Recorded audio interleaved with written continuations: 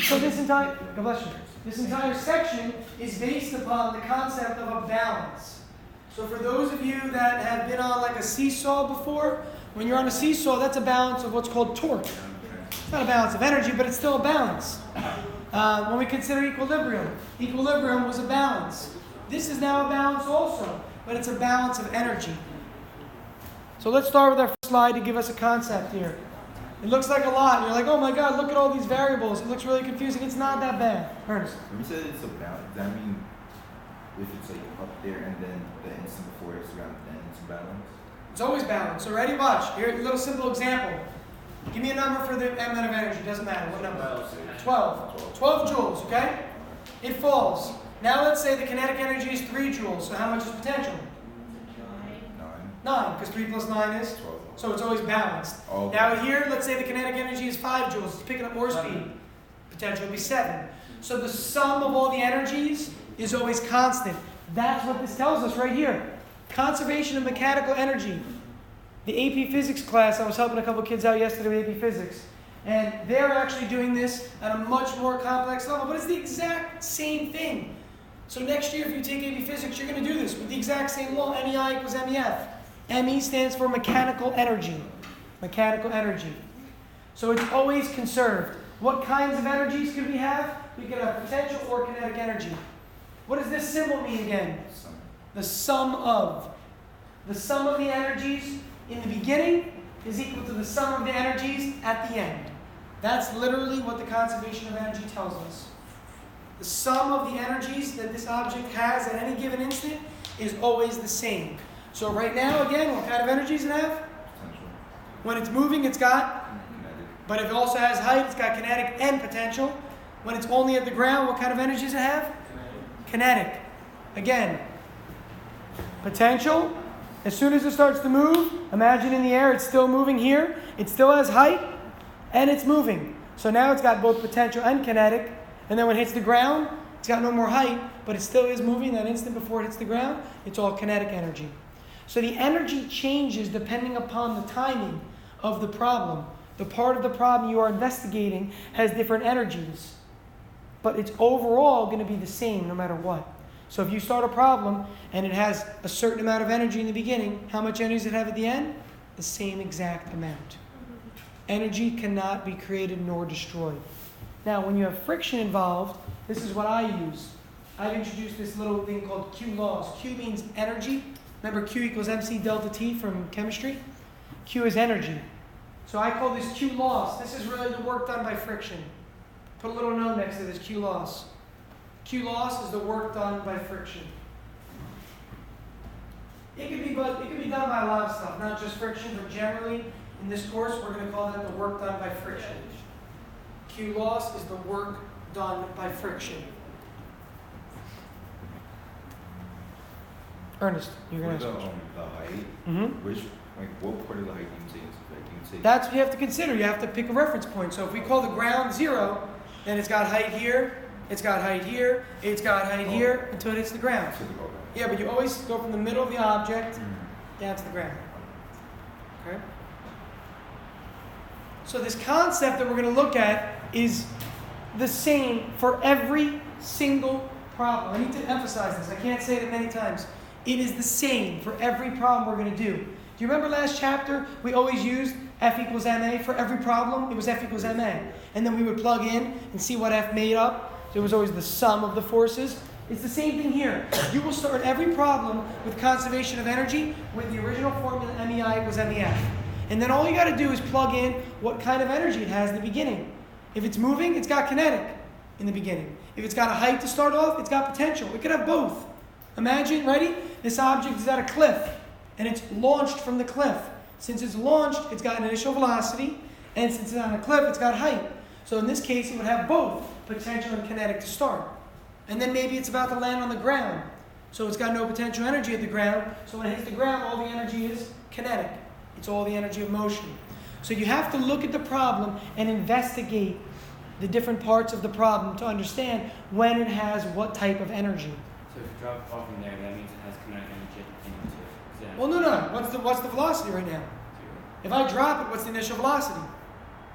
0. So it has no kinetic. I'm saying over here, I threw it from a cliff. Remember, a free fall, what's VI always? Zero. But when you launch an object, it's got VI, doesn't it? So go back to projectile motion to think about VI. If you don't have VI, there's no kinetic energy to start.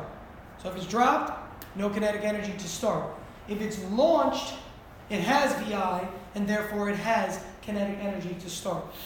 Okay? The potential energy is based on where it starts vertically. Right? I always consider the end of the problem, or the lowest point, to be the zero reference line like we did yesterday, so that at the end, you never have potential energy at the end. It makes it easier. You don't have to ever worry about potential energy if wherever it lands, you call the ground. So let's look at a simple example of this, okay? Very simple. Have you ever seen a grandfather clock? Where they have a pendulum swinging back and forth? A pendulum swinging back and forth is an ideal form of conservation of energy. So if I think about it, it's called, by the way, the thing is called the bob. At the end of it, the thing that hangs at the end of a pendulum is called the bob. So as the bob swings back and forth, there's a transfer of types of energy. So let me draw this. Here's the ceiling. Here's a pendulum. It's going to follow its path. So it's going to move in this direction, right? Now, let's say that at a given instant in time, it's right here. See the red?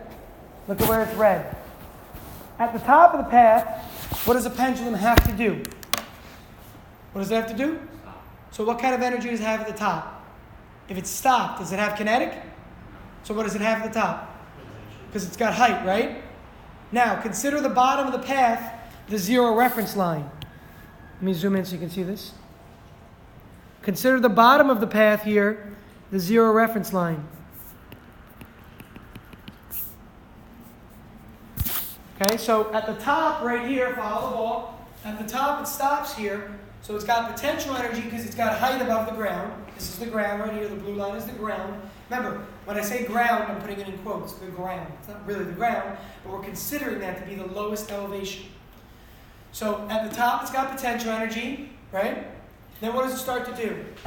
It gets faster and faster. So what energy is it gaining? Until it gets to the bottom. It has all. At the bottom it has all. Kinetic. Why doesn't it have potential anymore, George? Yeah, it's no height. Look, it's at the ground. And then, so it's all kinetic here. And then on the way up, it starts to lose kinetic, slow down, slow down, slow down. And then it stops. So there's no kinetic again. What does it have here? And what about in between? What kind of energy? Both. Because it's moving and it still has height. So let's go ahead and label this, please. At the top, label it PE. So label right here, PE. It's all potential energy. It's only got height. It's not moving. So this is PE. Put a PE above this location. Now, it starts to move. It's released. It picks up velocity until it gets to maybe here, let's say. Here it's got both potential energy and kinetic energy. It's got both potential and kinetic. Why does it have potential, Matei? Because it has height. Will. Chad. Why does it have kinetic? Because it's moving. Yes, Ernest. In that case, it will be more potential energy. It depends on where it is. You don't know. Oh. It could be both. It could be like 1 potential and 3 kinetic, or 3 potential and 1 kinetic. It depends on where it is in location. If it's more than halfway down, it's got more kinetic. If it's halfway down, what is it? It's like both. Yeah, it's the same exact. Okay? So imagine, if you will, let's finish this, sorry. And at the very bottom, what kind of energy? No, Or kinetic. Yeah, no height. It's at the bottom. This is the ground. It's got no height, so it's no potential, but it's moving very fast. Think about a pendulum, please. A pendulum is very easy to use. If we look at a pendulum, for example, you make a pendulum out of anything, right? Anything with a rope and an object. Here's your pendulum. So, any motion? No. So no kinetic energy. But it's got height above its bottom, right? There's the bottom. It's got some height. The vertical height, not the diagonal. Okay, here's the bottom. Here's where it is. So here's the height, the vertical displacement. So it's got height, so it's got potential energy. I let go. At the very bottom, it's moving as fast as possible. When it gets here, it stops for an instant. Okay, so again, when it gets back to my hand, it stops. for an instant in time. But at the very bottom, it's got the most speed possible, and then it starts to slow down, slow down, slow down, stop. Speed up, speed up, speed up, slow down, stop. Speed up, speed up, speed up, slow down, stop. Do you see what I'm saying? It's a constant balance. How many of you are skateboarders or have skateboarded at some point? Or have seen people skateboard or snowboard? What's a half pipe? Isn't this a half pipe? That's all it is. If you ever snowboard or ski in a half pipe, when you're at the top of the half pipe, you're not moving, right? You stop for a minute, maybe you do a grab of some sort, and then you come back down. At the very bottom, you have no height. So you pick up as much speed as possible. Yeah. So technically speaking, that should keep swinging. Why isn't it going to swing forever? Air resistance. Yeah. I was making it work, but look, if I don't actually do anything, what happens eventually? It's going to slow down. Okay? It's going to stop. Remember the last slide? We had Q loss. Remember Q loss on the last slide? That's the work done by friction, air resistance. That's Q loss. It's losing energy the whole way. But if I finagle it and give it a little push with my hand here, see what I'm doing with my finger? You can't even really see it, but I'm actually giving a little push. This is really what conservation of energy looks like. Okay, we'll go on forever and ever and ever until you fall sleepy and sleepy. Ever seen them do that, right? The hypnotist does that. All right. So the idea here is that you have a balance of energy. You need to recognize that it's a balance. So if the energy in the beginning was 12 joules of potential, what's the energy at the end going to be? In the middle, what's the energy going to be? 12 joules of kinetic. Very good. And what's the energy back at the top on the other side going to be? It's a constant. It's never changing. So what is it going to be? Of what type? Yeah, because now I have height again, right? And it stopped. Now, in between, see where it's red right there? Where it's red, all I know is that the sum of potential and kinetic, because it has both, right, is 12. I don't necessarily know which is 5 and 7, or 8 and 4, or 9 and 3, or 11 and 1, okay? But I know that at this location, the sum of potential and kinetic is equal to 12. Let me write it actually differently, sorry. Instead of writing the symbol, let me just use a plus sign, make it easier. Okay, that's what we know about the red location. I don't know which one it is. I don't know, I mean, maybe potential is 8 and kinetic is 4. Maybe kinetic is 7 and potential is 5. But all that matters is that it adds up to 12, or whatever the number you started with. Is that clear?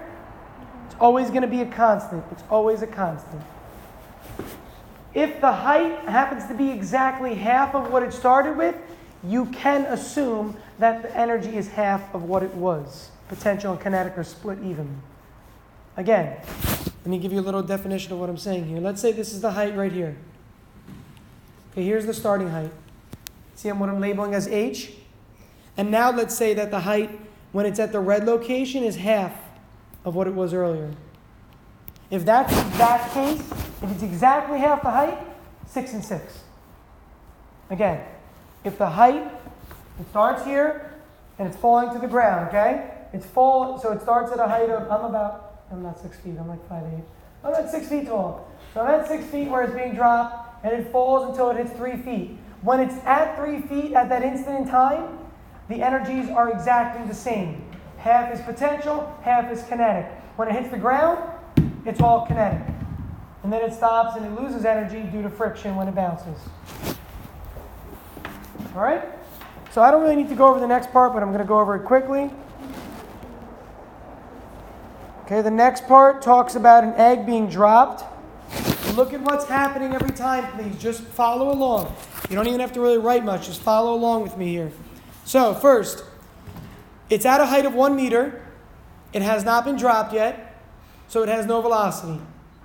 No velocity means no what? No velocity, therefore it has no what? Okay, but what else? No what? Energy-wise? No kinetic. So look at your kinetic right here, please. No velocity, no kinetic. It has height, therefore it has what kind of energy? Potential energy. What's the sum of these two numbers? 0.74. What do you notice the sum of those numbers always?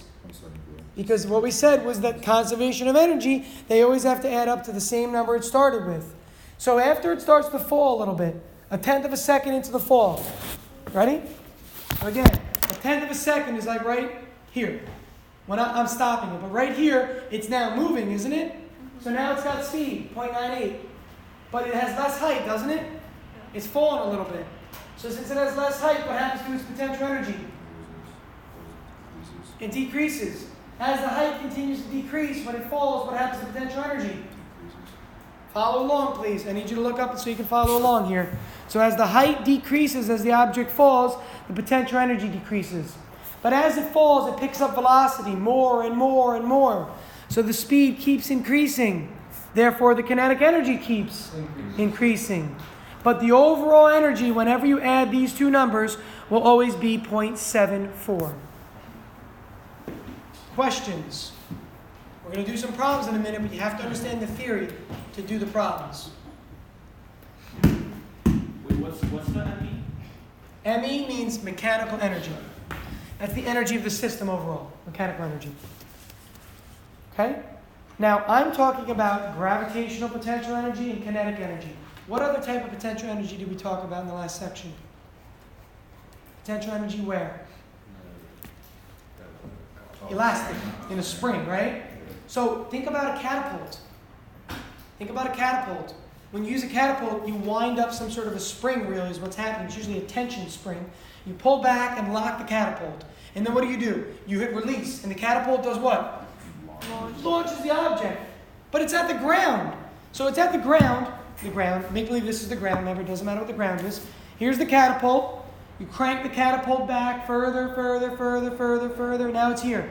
You let go, and it gets launched. How can I get kinetic energy if I had no potential energy for height to start? Because the potential energy is where? Where is the potential energy? In the catapult. Very good. It's like a bow and arrow. When you use a bow and arrow, you're bending the bow, and you're storing elastic energy in the bow. When you release it, the bow converts its elastic energy and it pulls forward, and it causes the arrow to launch, giving the arrow kinetic energy. So when you pull back on a bow, you're storing potential energy in the bow. You let go, that potential energy is converted into kinetic energy. A slingshot, you store potential energy in the slingshot, you let go, it gives it kinetic energy. So you don't necessarily have to have only height as potential energy. You can have potential energy stored in a spring, and then it's launched. Is that clear what I'm saying? Yes. So go back to the formula if you remember. If you look back, kinetic energy is when it's moving, after it's been released from the spring. Okay? Let's look at an example to make sense of this. Starting from as the child slides down a frictionless ramp, frictionless makes it a lot easier. We don't have to worry about Q loss. Remember, Q loss is the work done by friction, so we don't have to worry about Q loss here. So the child slides down the ramp on a skateboard. If the height of the ramp is 4 meters, then determine the speed of the child at the bottom of the ramp.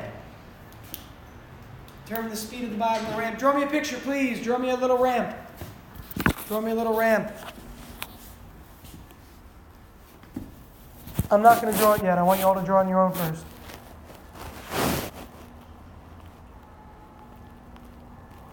Okay, so depending upon if you skateboarded or not, you might have different shaped ramps. How many people drew a ramp like this for now? How many people drew a ramp like this? Okay. Does it matter? What's the change in height from the top to bottom? What's the change in height going to be? Does it matter what shape it is? It's going to be the same. So it doesn't matter the path you take. This is something that's very interesting actually in physics. So if you had two ramps that were literally like that, they would both end up with the same, assuming no friction. I know that's weird, because friction will take a little effect. But assuming there was no friction, your velocity at the bottom, or the energy you get at the bottom, the kinetic energy you gain, is the same in both cases. So it doesn't matter how you start this drawing. But what I want you to recognize is this. Skateboarder Joe up here at the top, what kind of energy does he have? Potential. He's not moving, or she's not moving. He or she is waiting at the top, about to depart. And then he or she goes down the ramp until he or she gets to the bottom of the ramp. We'll consider the bottom of the ramp what? Ground level. Why wouldn't you consider this ground level? It makes sense. Call this ground level so that at the bottom, the person has no longer any potential energy. What kind of energy at the bottom does he or she have? If he or she is moving, what kind of energy is motion? What kind? Kinetic energy. So at the bottom, draw skater Joe on his skateboard again. And at the bottom, he's got kinetic energy. Hold on, give me a second. So if that's the case, we can already jump right into this problem. A conservation of energy law tells me that all the energy in the beginning is always equal to all the energy at the end. If you don't write this, it's not the end of the world. You don't really have to start with this, but I traditionally start with this. So, Ernest, tell me, in the very beginning of the problem, what kind of energy does this skater guy have in the beginning? Potential energy. So that goes here. Does he have kinetic energy in the beginning? So you don't worry about it. You don't have to write it down. At the end of the problem, what kind of energy does he have? At the very end, when he's at the bottom? Kinetic. Does he have potential at the very bottom? No. So only write kinetic at the end. That's how we do all of these problems. Literally every single problem we're going to do in 6.3, all you need to do is list the type of energy the person or object has and put that in the corresponding location. The beginning of this problem was the top of the ramp. That's potential. The end of the problem was the bottom of the ramp. That's kinetic. Pretty easy, right? What do you plug in? Don't you know formulas? Plug in your formulas you know from the last section. From 6.2, you have formulas for potential and kinetic energy both. Plug them in.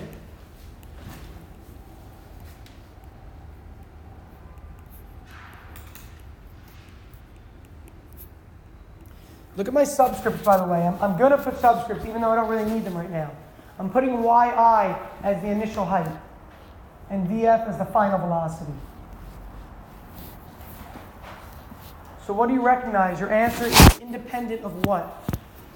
Your answer does not matter or does not base upon what? The mass. Was the mass given in this problem? No. For a reason it wasn't given, because what happens to m on both sides? It cancels out. Remember, when you have multiplication on both sides and the same variable, that's going to drop off. It makes life a lot easier for us. Cancel m on both sides.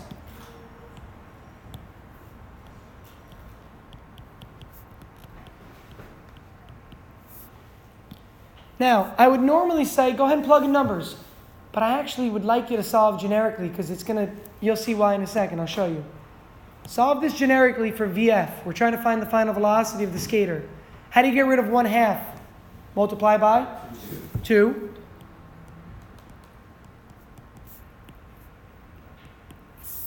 How do I get rid of a square root? Oh, jeez. Yeah, how do I get rid of a square? You square root it. Aren't you doing this in your math class right now, actually? Perfect timing. Look at that.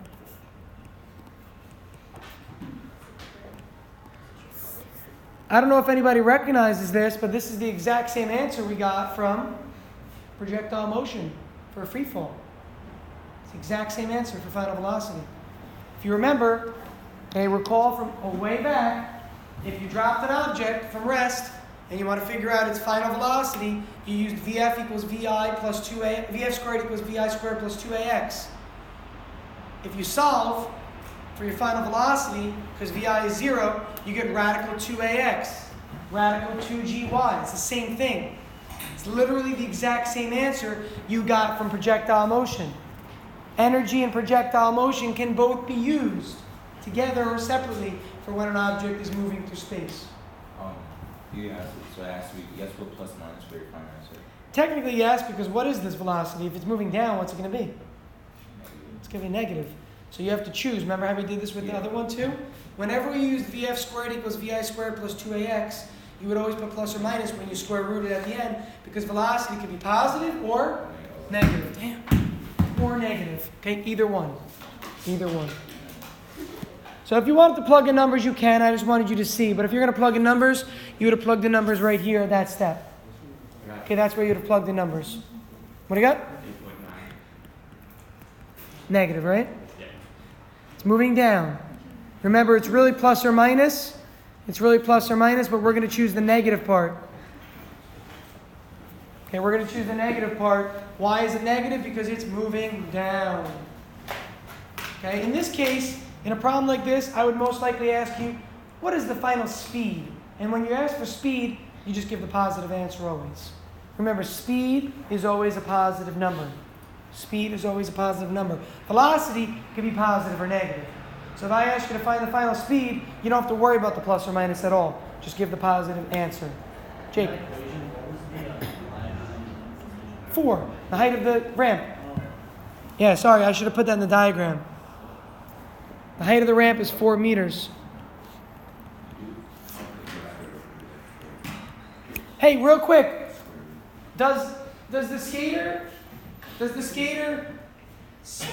travel more distance in scenario 1 or scenario 2? Think about it.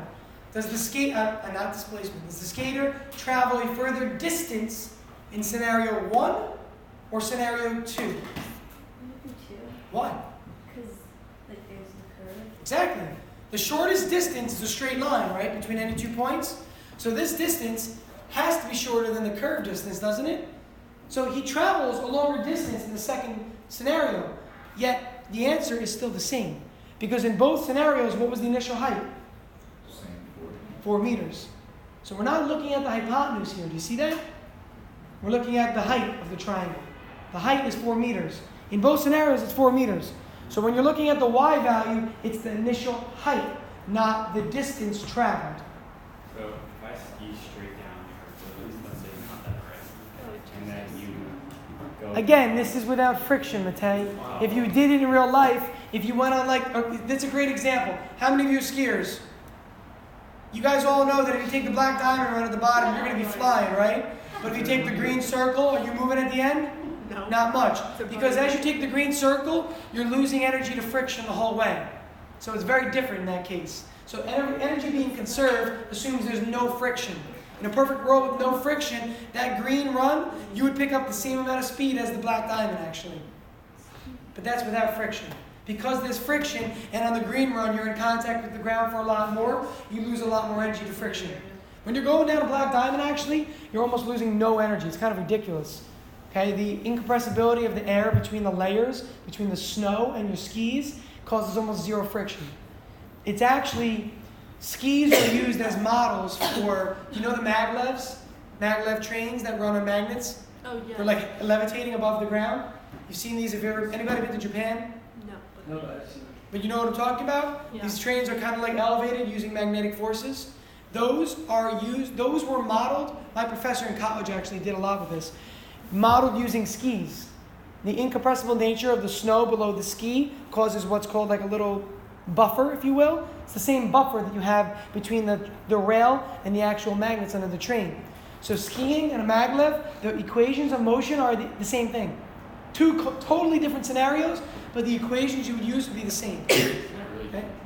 It's what? It's not really dangerous. What if like the magnet just moves like? It's not. It's set up so it's not dangerous. I mean, It's like could it be saying dangerous? you Sure, but anything can be dangerous. Skiing's dangerous, isn't it? Yes. So, I mean, in reality, anything could be. It's how it's controlled. System dynamics, that's what that is, what you're thinking. System dynamics talks about controls of systems. If a system has controls in place, it is not dangerous. Controls such as if x becomes greater than this speed, reduce, apply brakes. Those are controls. Okay?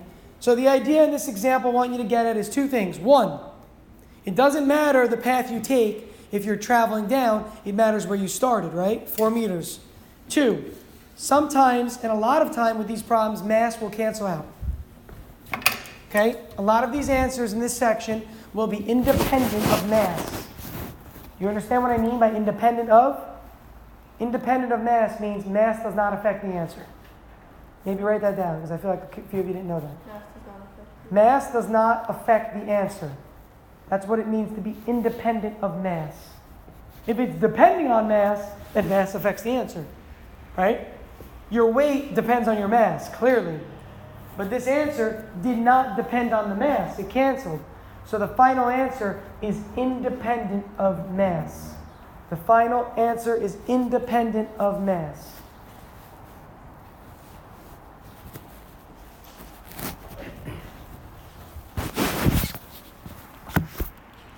We do not have time. 10 minutes? Okay. Yeah, we're gonna press on unless you have a question. Go ahead. Yeah, we're gonna go right to it. We're gonna probably get through 2 and 3, okay, and then 4 and 5 we'll do next week to start off. Number 2, a pendulum bob is released from some height such that the speed of the bob at the bottom is 3 meters per second. The speed at the bottom. So go back to that diagram we drew a little while ago. What is the initial height of the bob? At what height will they be the same? I kind of gave that away earlier, right? I gave that away a little bit earlier. So let's go ahead and figure this part out. Yeah. At what height would potential and kinetic energy be the same? Does that give like, does that basically end at 0? It's supposed to be what I was gonna say, it's like half. What was like that height? Yeah, so it's like half the once we get part A, we'll get part B from that. But yeah, that's what we're getting at. The idea of a balance in between. But yeah, at the bottom is when it has 0 there. So at the bottom there. So let's go ahead and draw this real quick again. So here's our problem. That's it. That's the whole problem right there. At the top, what kind of energy? It's not moving. It's about to be released. It's got potential energy. At the bottom, and that's it. I don't care about what happens after it crosses the bottom. Our problem starts at the top, ends at the bottom. Where am I going to draw my potential energy reference line? I'll draw that at the bottom. So the height I'm looking for now is right here. If I'm going to draw the reference line at the bottom of the bob, I draw the height to the bottom of the bob when it's at its max height. Remember I talked about this last class? I could draw from middle to middle to represent the height, or front to front, or back to back. So if I'm drawing the reference line at the bottom of the circle, my height should go to the bottom of the other circle here. Okay, I'm referring to this point right here. That's where it should line up with. Now, I could do 2 at once? No way. I didn't know this. Check this out. 3 is the max. I can't do a 4th. Oh, wow, this is cool. I did not know that. Can you move them all at once? Oh, you can. This is very cool. Sorry. Yeah. So at the end, we have kinetic energy, and we're given the value of velocity as 3. We don't know anything about the beginning besides the fact that it has potential. But please recognize something right away. What do you notice? Compare this to the previous example. Come on. You can do it. Compare it to the previous example. Compare the setup to the previous example. George? Well, we're not given the height. This time we're given the speed. As opposed to last time, we were given the height and not given the speed. So, would the equations, it wouldn't be the same thing? It would, actually, George. The end wouldn't be the same, but the start would be the same. So George picked up on the fact that in the last problem, we were given height and found velocity. Now we're given velocity at the bottom, and we're looking for height at the beginning. That means that the original equation is absolutely identical. You never would think this, but think about it. A moment ago, I talked about a pendulum and said, isn't it the same as a half pipe? So it's a skater going through a half pipe. So it's the exact same thing. I hate when that happens. So you got MEI equals MEF. PEI equals KEF. It's literally the same beginning as the last problem. Notice, am I given mass? So what's going to happen to mass most likely? Look at the problems and recognize, please, right away. If you're not given the mass, it's most likely going to cancel out.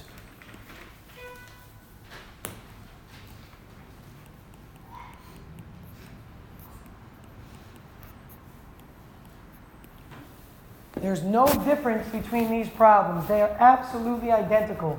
Literally, they are identical. Okay, the numbers are all that changes. When I say the problems, I mean the arrangement, okay? The arrangement is absolutely identical. John, what are we solving for, though, now? Earlier, we solved for VF, right? Because we were given the height. What are we trying to find now? Yeah, so this part, the height. So Y. So get rid of G.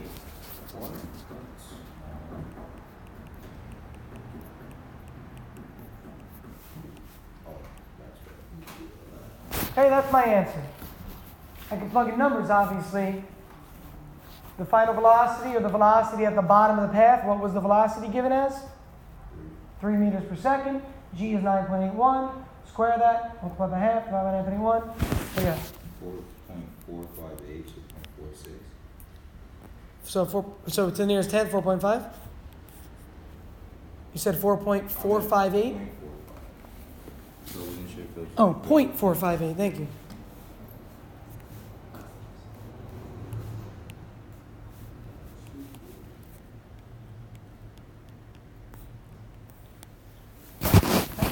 And that makes sense because what? We got 9, right? 3 squared is 9. 9 divided by 9 is about 1, right? Times a half should be around a half. Do you see how I'm making sense of these numbers? Yeah. 3 squared is 9. 9 over 9.81 is around 1. 1 times a half is around a half.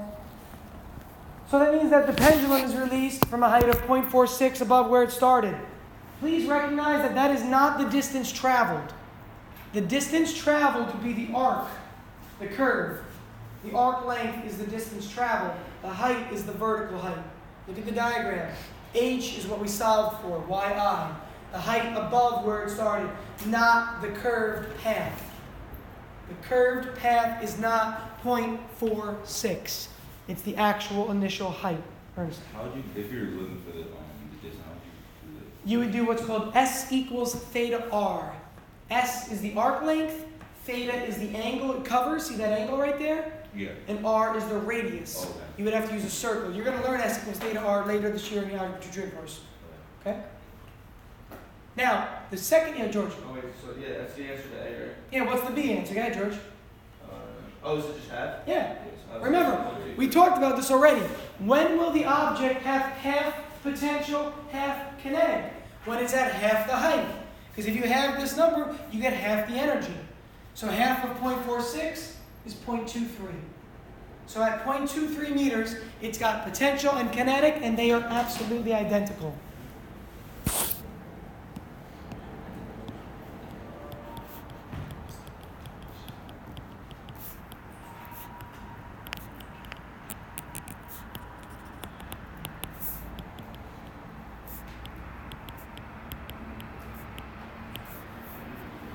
PE is equal to KE. They are balanced at the halfway point. Therefore, it's equal to 0.23.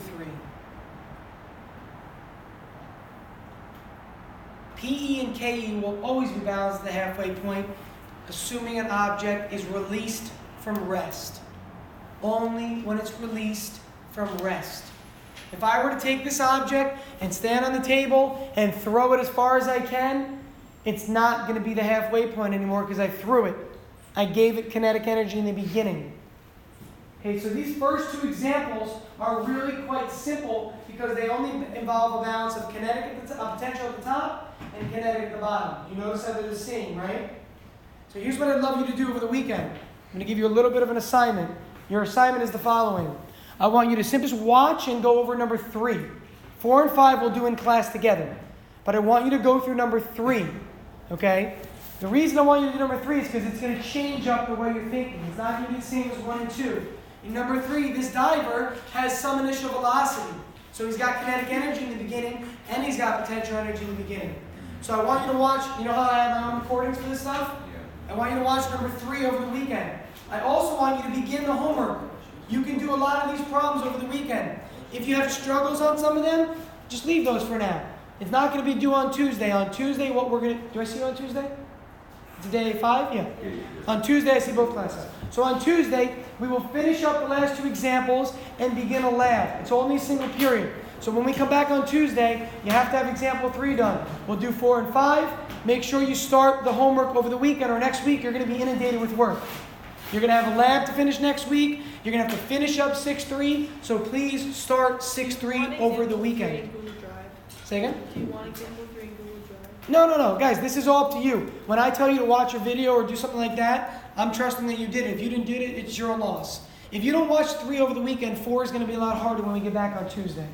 I am assuming that you have done 3 when you come back on Tuesday. Okay? But over the weekend, think about that. In addition, over the weekend, start to really consider brainstorming. I'm going to post a document for the roller coasters with all the guidelines, okay? So check for that either later today or over the weekend. Look for that document. Okay, but try to get ahead on your work. You'll do much better on this test like you did on the last test, much better. And again, You notice the concept is redundant, right? You're using MEI equals MEF every single time. It's the same formula every time. It's just that you have to now apply the different types of energies in the beginning and at the end, initial and final. So here we want to shoot a rubber band. So when you think about a rubber band, what kind of energy do you think about right away when you hear rubber band? Potential in a what? Specific. Be more specific. Not gravitational potential, but potential energy in a... Yeah, elastic or spring. So it's defined as elastic potential energy. And the idea of elasticity is that something can either compress or extend, and as a result, it wants to return to its regular shape. So it has energy stored. And that energy that causes it to return to its normal shape can be transferred into something else, like the bow and arrow shooter. Remember the bow, when you pull back on an arrow, it has nothing to do with the string. People think it's the string itself that you're actually, that's launching it. It's not, it's the bow. The bow is pulling back. Think about it for a second. The bow is made of like a wood or plastic or some sort of composite nowadays, right? And the composite itself is something that could actually flex. So when you pull back on it and that bow flexes, bow flex, like the workout machine, bow flexes, bow flex, that's where it came from. When that bow itself flexes back, the actual bow bends in and the energy is released. So that's what we have to think about here. It's the same thing, except it's a rubber band, right? But it's still storing energy elastically by stretching something or compressing. So you want to shoot a rubber band, and the mass of the rubber band is given. How do I know it's the mass? Because the units are grams. If I see kilograms or grams, I think mass right away. Across the schoolyard from an elevated window 7 meters above the ground at a classmate who is 2 meters tall. That's important right there. So we have to think about a diagram right away. You know that you can stretch the rubber band a distance of 10 centimeters. This is obviously before it snaps. It's like the, we call it the yield point or the elasticity limit. After 10 centimeters, it'll break. If the rubber has a spring constant of 0.2 newtons per meter, with what speed will the rubber band hit your classmate if it hits him in the back of the head? Okay? A little bit of fun. So the example itself here leads you to the idea of, okay, well, it's going to start above ground, but since it hits him in the back of the head, where is it going to end, if we consider? What do we have to do here, really? Well, it would have gone ground level, so you calculate how high his head is above the ground. Exactly. We want to consider ground level where his head is. Remember, the lowest point of the trajectory is what matters. After this rubber band hits your friend in the back of the head, it falls to the ground, right? Does the problem continue after it hits him in the back of the head? No. So you end the problem there. So when you're drawing your diagram, use PE0 as the line of height where the person's head is. Okay, so we go like this. We draw our person. We label the height of the person. We can show a window over here. Maybe there's a building. So here's the building that continues up, and here's the windowsill. And this windowsill is 7 meters. This is not drawn to scale, clearly. It looks like double 2 sevens somehow. Okay, so this really tall person that's 2 meters, well, 2 meters, that's a little over 6 feet, so a tall enough person. 2 meters above, you're starting 7 meters above ground. Here's your projectile at the top, your rubber band. What kind of energy does the rubber band have to start? Right where it is currently, what kind of energy does it have? You're stretching it back from a window elevated 7 meters above the ground. Think about the kinds of energy it has. Kinds, keyword. Kinds of energy. No kinetic, it's not moving. That's the key here. If it was thrown, you could say initial velocity. But what is it initially done? It's stretched, isn't it? Not thrown. When it's stretched, what kind of energy does it have? When a thing that is stretched, what kind? Isn't it like elastic? Very good. It's elastic energy. So you could say PES or PEE. I kind of go back and forth, to be honest, between the two. When I was taught this, I always wrote PES for the potential energy in a spring. But it really should be called elastic potential energy. The thing is this. Everything can be modeled as a spring. So as a result, if you write PES, it's the same thing as writing PEE. Okay, so if you want to consider anything that's elastic a spring, you can do that. So the energy due to the elastic nature of the rubber band. What is the original PE? What kind of potential energy is that? That's based on its what? Good. We call that, anybody know this term? I've been using it, and it was defined originally. We called it the gravitational potential energy. Your book will use that term. So if you're reading through it and you're going through questions and stuff, you'll see that sometimes. The gravitational potential energy. Why is it called gravitational? Because it's based on gravity. When you're above a certain height, gravity is what gives you potential energy, right? When I drop this ball, why does it have potential energy? What causes it to pick up speed? Gravity. hence gravitational potential energy. Now, the object follows some trajectory. We don't care about the trajectory. Remember that the other day I talked about this? So, two examples. We had the ramp that was a perfect triangle, and then the ramp that had curvature to it. Yet the answer was the same, wasn't it? Again, one of the ramps had a perfect triangle, like a hypotenuse. The other one had a curved ramp. And the answer was the same in both cases. So the path traveled doesn't matter. And then you saw that last night, or when you watched this video, when you watched example 3. In example 3, the person or the object was launched at an angle. Did that angle end up mattering? That 23-degree angle made no difference, because the path traveled doesn't matter in this case. It's just initial to final. So at the end, and again, this is all because we're assuming there's no air resistance. If there were air resistance, then obviously the path traveled matters. If you're in the air for a longer time, you're undergoing more air resistance. So as a result, it would decrease the velocity in the end compared to something that's not undergoing as much air resistance. So it hits your friend in the back of the head. So we consider that ground level. So let's put our potential energy reference line there.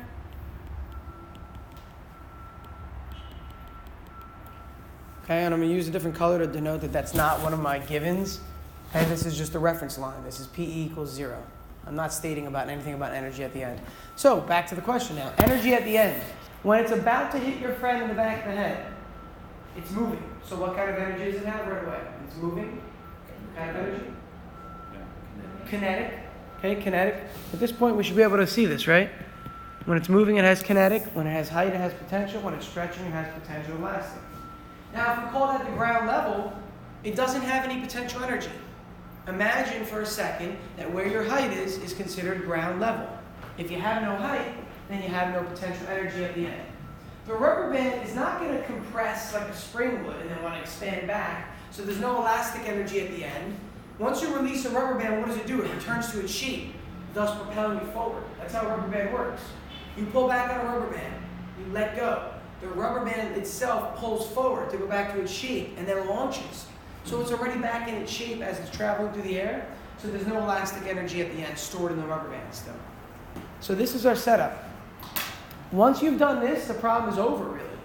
It's all arithmetic at this point. Algebra, arithmetic, those two together. All you do is plug into the same general formula every time. So what's the governing formula we used in the last 3 examples? There's one governing formula we're always going to use for every one of these problems. MEI equals MEF. Okay, the conservation of mechanical energy theory. That's what this states. That the energy of the whole system before anything happens is equal to the energy of the whole system after whatever happens.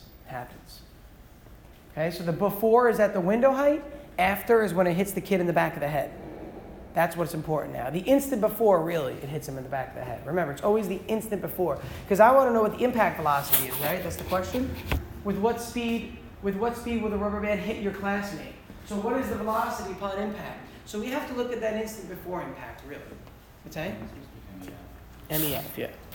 Thank you. Jake, was it the same thing? You got a question? Thanks. Keep me on my toes. Very good. All right. Let's plug in. In the beginning, we had potential energy due to height. We had potential energy due to the spring or the elastic energy. I'll use E. I was saying that before. Let me be consistent. We have elastic potential energy. And by the way, for elastic potential energy, you could put initial and final, but for the most part, you don't have to, because you're usually not going to have both. Either the spring is going to be stretched in the beginning, and then that causes motion, or there's motion, which maybe hits a spring at the end. In the next example, we're going to see a spring at the end of the problem. But there's never really going to be a spring before and after. If there are, you could put PEI1 and PEI2, or PEE1 and PE2, or initial and final. But the spring is not really initial and final. They'd be like 2 different springs completely. Okay, so we don't have to give a subscript to that. That's not a function of time there. At the end of the problem, we have kinetic energy, and that's KEF. Once you just plug in from your diagram, all you have to do is plug in formulas. Sorry, let me put the diagram back so you can see it still. So again, where does this come from? The 2 PEs at the top are both right here, and the KE at the end is right here. Plug in the 3 formulas you know. Go ahead and plug in those 3 formulas. You should know these by now. Not necessarily memorize, but be able to kind of spit one of them out of these, right? One of the 3. Maybe look at your formula sheet for the 2. What do we got? Give me one of those formulas. Ernest, can you go on them? Potential energy is energy watt Yeah, PEI is MGYI. Very good. MGYI. What else? Somebody else? Another formula? I got 3 of them here.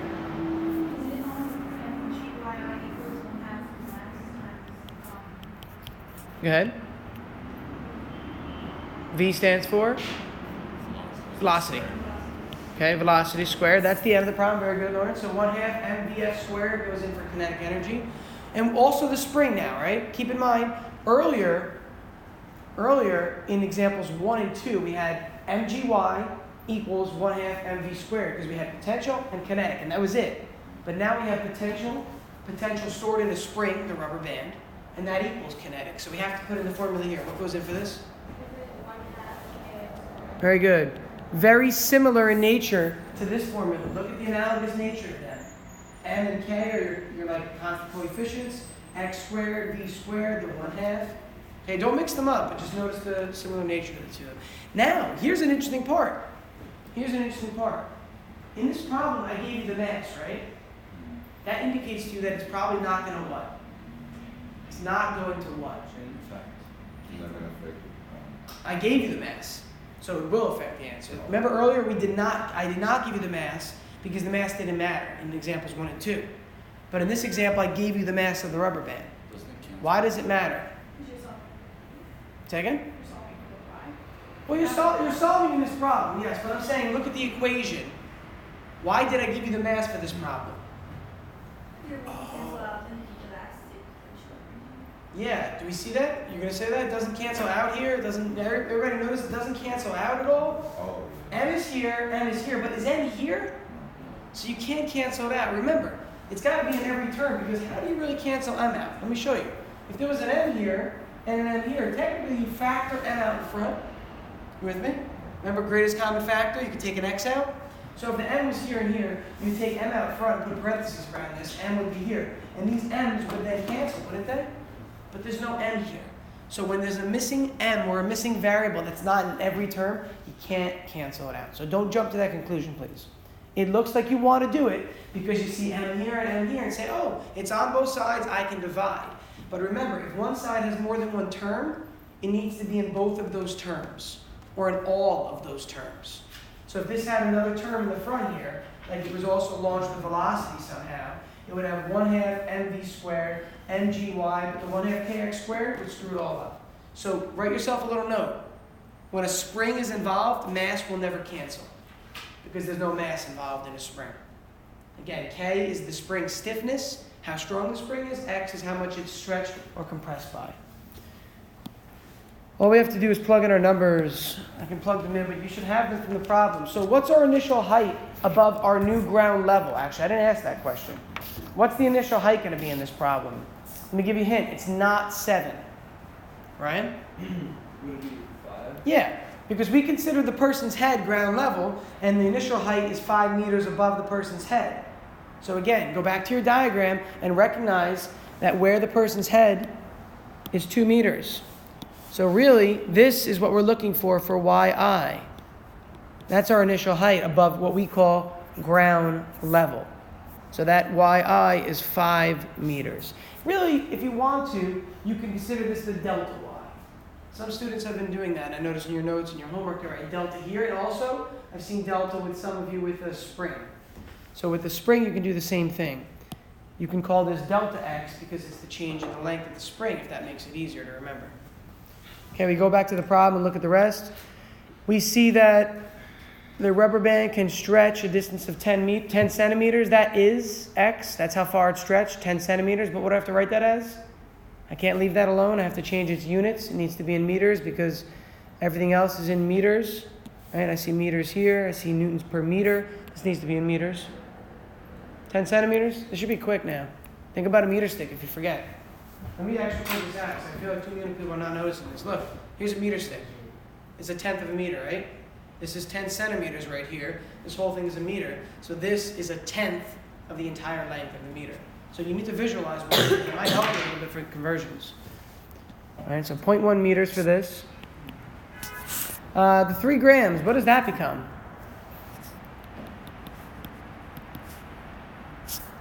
What does the 3 grams become? What do I have to write that as?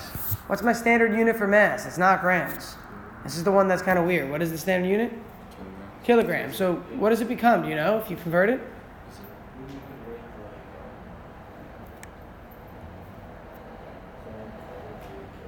Close. You're missing one O. 003.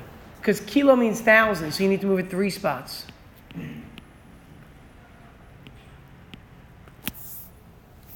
Kilo means thousand, so take that decimal that's there. 1, 2, 3. So 003. K value. What's the K value in this problem? K stands for the rigidity or strength in the spring. You can tell right away because of units. What are the units of K? Don't give me the answer. I just want to know, what are the units of K? What should the units of K always be? You got the units? Newtons per meter. Remember, a K value is how many newtons of force it takes to stretch it 1 meter. If it takes more force to stretch it a meter, it's a stronger spring. So the higher the K, the stronger the spring. So in this case, since it's newtons per meter, we can see that what's the value? Okay, just look for those units if you forget. If you can't see it, it's right here. 0.2 newtons per meter. All right, and that's our information that's given, those 4 variables. Y, X, M, and K. What are we solving for? VF. Now, as always, you can plug in. If you like to plug in at this point, please do it.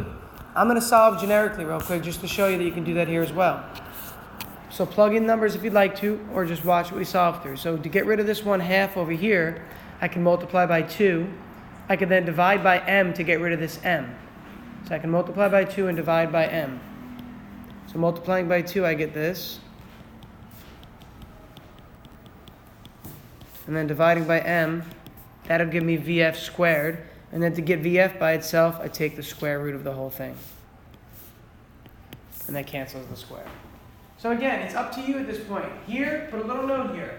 Plug in numbers if you'd like to and solve for VF. Or solve for VF in formulas and then just plug in the numbers at the end. It doesn't matter which route you choose. Yeah? If we multiply by 2 on the other side, wouldn't it cancel out by half? You could distribute the 2 and it would be 2mgyi plus kx squared. But the 2 has to be attached to the mgyi also. So you could do that, and I was considering doing it, but does it make it any easier? No. It doesn't make the calculation any easier, but I get what you're saying for sure. 2mgyi plus kx squared. And some people like to have whole number, coefficients. It looks nice, right? Yeah, a fraction within the fraction kind of thing. So if you'd like to do that, by all means. We'll get a value of around 10 meters per second. Okay, now, in this problem, please recognize that the question said, with what speed will the rubber band hit the person's head? So although it's technically plus or minus, it comes out to be 9.94, by the way. This is an estimation, sorry. I wrote an estimation down. The exact value would be 9.94. But with this, we're looking for the speed. The speed is independent of direction, so it doesn't matter whether we're thinking about the positive or negative root. Remember, it's a square root. You get plus or minus. For the sake of time, do you mind if I press on? Can I assume we could try and plug in the math? All you're doing here is plugging in the numbers in your calculator. Just be careful with it. Do this whole parentheses first if you want. Times by 2, divide it by mass, and then square root the answer if you like. All right, so I'm going to press on to the last one here. So the last one says an object with a mass of 4 grams is slid across a rough surface. The coefficient of kinetic friction of the lab table is given as 0.5.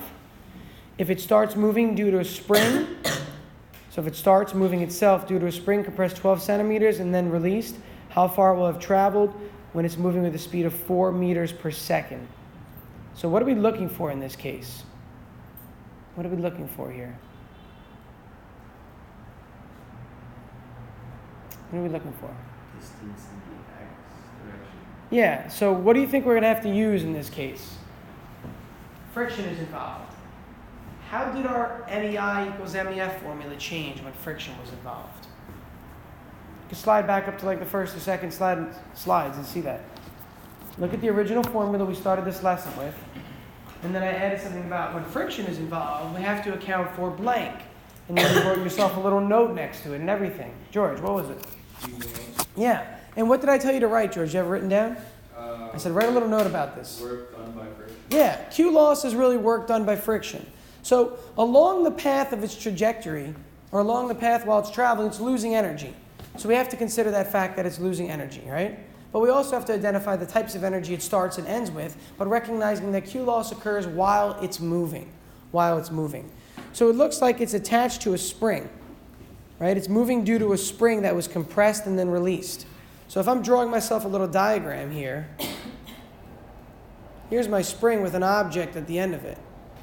The spring is released, and then this object starts to travel in this direction, and the object's now at here at some other point in time. Okay, the object is released from the spring, it launches it. Think about a pinball machine. How many of you played pinball before, right? This is exactly what a pinball machine is. You pull back on the spring. Does the ball have any velocity? You let go. It hits it. What does it do? It launches it. That's this right here. Except it's already attached to the spring. It's already depressed. And then it lets go and it launches it. Okay? The object will move across a lab table. So we have a lab table, and the question is, how far does it move? Why am I writing D and not X here? Why am I writing D and not X? What has X been representing in these last few problems? What has X represented as a variable when we've done these problems? We just did it in the last one. Not distance, be careful. No, not horizontal displacement. Go to the last example. I don't know how to explain it, but like when you push like a string, like how far it will go back. A spring, yes. Just zoom in, right? When you compress or stretch a spring, it's a compression or expansion, the change in the length of a spring. That's what X has been representing for the last few examples. What has D represented? Where have we used D in this chapter? Where has lowercase d come up in this chapter? It has. Come on. 6-1. What topic was 6-1? The first topic of this chapter. Ooh. Killing me, guys. Killing me. Ryan, thank you. It was work, and all Ryan had to do was actually go into Notability and look at the title of the file if he wanted to. That'd be real quick. That's probably what he did. Thank you, Ryan, for being ingenuous. Thank you. So in this case, we have to remember that D represents the distance traveled, and that comes from the work portion. Where did George just say work is accounted for in this problem now? What was the formula he was talking about where work was used? Yeah, it's where friction does work. That's exactly it. It's where work is done by friction. So we have to consider that along the way, this object loses energy to friction. So does it have more of its own energy to start or at the end? It's losing energy, so does it start with more energy or end with more energy? It starts with more energy. So there's more energy on this side of the equation. Wouldn't you agree? MEI is more than MEF? Okay? Which makes me remind myself that I'm missing something. So that's why I remind myself that this is where Q loss goes. In case you forget, because this is not on your formula sheet, remember. The conservation of energy is not on your formula sheet. This is a concept you have to know. When the friction is involved, this goes on the right-hand side. Because you start the problem with more energy, you lose energy due to friction. So instead of Q loss, we can put W, work done by friction there.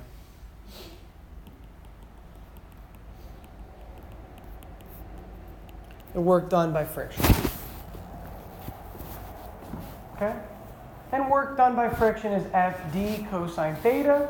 We might possibly have to plug in for this. Right? We may have to plug in a variable or a little expression here. So we look at this example and we see to ourselves, what kind of energy does it have to start? It's compressed on a spring, so we know it has elastic energy to start, always. Whenever there's a spring compressed, or if a spring is ending compressed. I realized I switched this problem. Last year I did a problem with a train that's running off the track, and it eventually comes to rest by hitting a spring. Have you ever seen that before at Amtrak? Any of you ever traveled to Boston South Station before? Anybody ever traveled to Boston via Amtrak? It's a very popular route, I thought. So at the end of the track, to be safe, they put these long springs. They're like compression pads. So in case the train were not using its brakes properly and the brakes failed, the train's velocity would be absorbed by the spring, believe it or not. It's a heavy-duty spring. It's huge. If you ever go there, look at it. It's ridiculous. I mean, we're talking like the length of this room, the spring. So it would absorb the velocity of the train and then actually push it back a little bit. It's a safety mechanism in case the train's brakes ever fail. This is the opposite of that, obviously. But it could end with the spring also. So we have potential energy in the spring. Do we have any kinetic energy to start? Is it moving? Right now, it's held by the spring. Is it moving? No, so no kinetic energy. At the end of this problem, we're trying to figure out how far it will have traveled when it has a speed of 4 meters per second. So right here, here's the speed, 4 meters per second. So what kind of energy must it have at that time? Kinetic energy. Does it ever have potential energy, normal potential energy? Does it ever have normal potential? And I drew a terrible diagram here. I apologize. Let me, in case it's not clear, this is what the object should look like. I don't know why I drew it elevated, like floating above the ground. It's just a terrible drawing. There we go. So, does it ever have any potential? No. Okay, it wasn't obvious. It was a kind of misleading question based on the diagram. That's what the diagram should look like. But remember, the whole idea is that it doesn't change height. So even the original diagram was fine because even though I drew it kind of floating, it didn't change height. That was the ground level the whole time. So we know that initially it's got potential energy in the spring. At the end, it's got kinetic energy. We're trying to figure out the distance it travels, how far it will have traveled. So we need to write out our formula for work because we need to solve for distance traveled. That's how I know to write out the formula. I need to really emphasize this. Notice, please, if I didn't write out the formula this way, you could actually solve for the work done by friction by actually just solving for WF. Okay, you could actually find the work done by friction, but that's not asked. What's asked of you? Find the distance traveled. Okay, how do I find the force of friction? That's what's needed. We need that force there. The rest of these are easy. Potential energy, mgy, 1/2 kx squared. This is in a spring. Kinetic energy, 1/2 mvf squared. All those are givens in the problem, right? Everything is given in the problem so far. What we don't know is the distance traveled. So we need to figure out, what is this force? What is the force that does work? It's friction. And what is the definition of friction? Ff equals, this is where you got to know last chapter stuff. Ff equals mu Fn. So I can replace that force with mu Fn times d times the cosine of theta. Now, if you noticed, when I accounted for this in the formula earlier, in the formula I put little absolute value symbols around Q loss. Because what's the angle we've been using all along? What's the angle we've been using here for work done by friction? For work done by friction, it wasn't 0. 180 it was. And when you type in cosine 180, what is this going to become? What kind of a number? It's going to be negative. But really, we can't take away energy from the end at the beginning. We technically, if we were to put this over here, we can put it over here without the absolute value and take away energy from the beginning to show at the end we have the same amount. Remember, the beginning energy is more than the end. So if we start with like 10 joules here and take away 3, we get 7. So if we're going to put a negative 3, it should be over here. So on this side, we have to consider this all positive. So I didn't put that there. I wanted to make sure to emphasize that these are going to be positive values the whole way down when we do conservation of energy.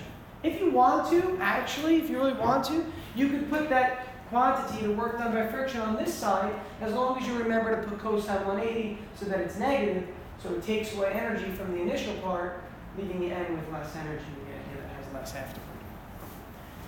And then we would just solve for D in this case. What's Fn? That's the only thing we don't have. Mu is given in the formula, in the equation, in the problem itself. Yeah, so you have to go back to your free body diagram. This object has Fn acting up and Fg pulling down. Those are equal and opposite of each other. So remember that Fn and Fg are balanced at the same value. So I can replace this Fn right here with Fg. But since Fg is m times g, that goes in place. So that's what this becomes now.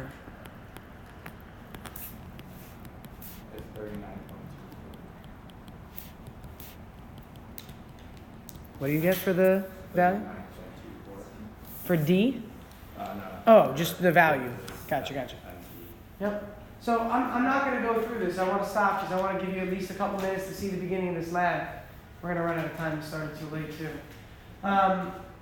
Maybe I'll show you a quick demo of what I want you to start with instead of having you open lab laptops by the time you start. It's a really simple lab to do on the FET simulation.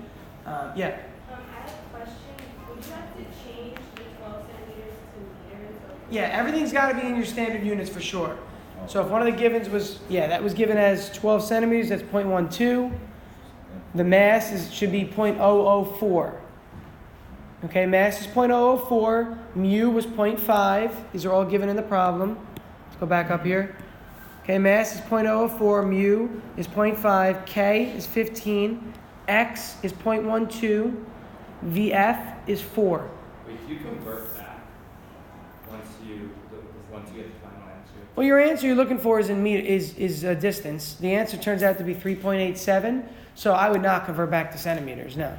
I would, because 3.87 meters is a rather large distance. That's 4 big steps, right? So I would want to measure that in centimeters. It would make sense to write 387 centimeters if you want, but they're both right, okay?